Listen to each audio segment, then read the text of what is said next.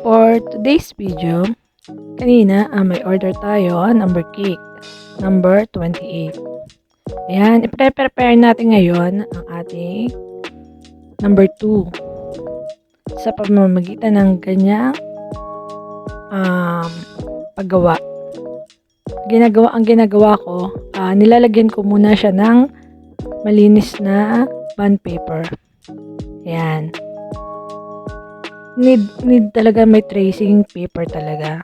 Kasi para iwas problema. Yung tama yung cut mo talaga. Tama sa cake. At ang bala ko nga, itong number 8 na yan, at saka number 2, ay gagawa ko na ng permanenteng cartoon. Nababalutan ko na ang mga tape para kung may umorder man sa atin ng mga numbers, may naka-ready na ako.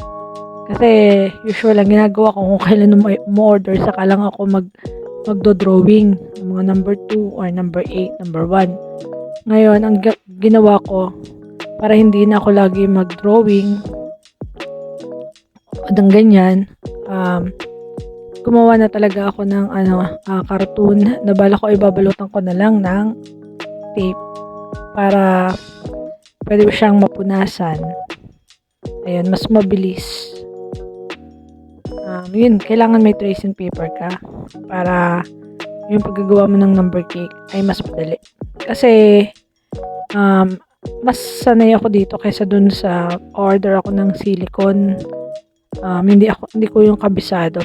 Mas maganda kasi itong mag-drawing ka na lang. Mas comfortable ito para sa akin. Ayan, ganyan tayo gumawa. Ayan, number 28. Kung makita nyo naman, mas maganda talaga yung kayo mismo yung nagdo-drawing. Para ang kalalabasan ng inyong gawa, yung resulta sa cake, yung design, ay malinaw at maganda. Ayan, ang ating kulay ng ating number cake ay white and navy blue. Ayan.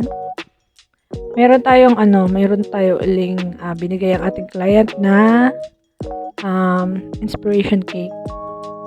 Ayan. Makikita natin, pakikita ko mamaya sa inyo sa huli ng ating video. Ayan, tapos na. Ayan, ilalagay na natin ang ating happy birthday. Kung mapapansin nyo, uli-uli ako kasi tinitingnan ko kung saan may magandang anggulo. Kung saan magandang ilagay yung cake. Sa gitna ba? O sa tabi? Ayan. Yan ang napili kong yan ang pinakang maganda para sa akin na pwedeng paglagyan ng ating acrylic na happy birthday. Ayan. Yan ay mga dry cheese candy. Ayan, yan ang nagpapaganda sa ating cake. Hindi ako nawawalan yan.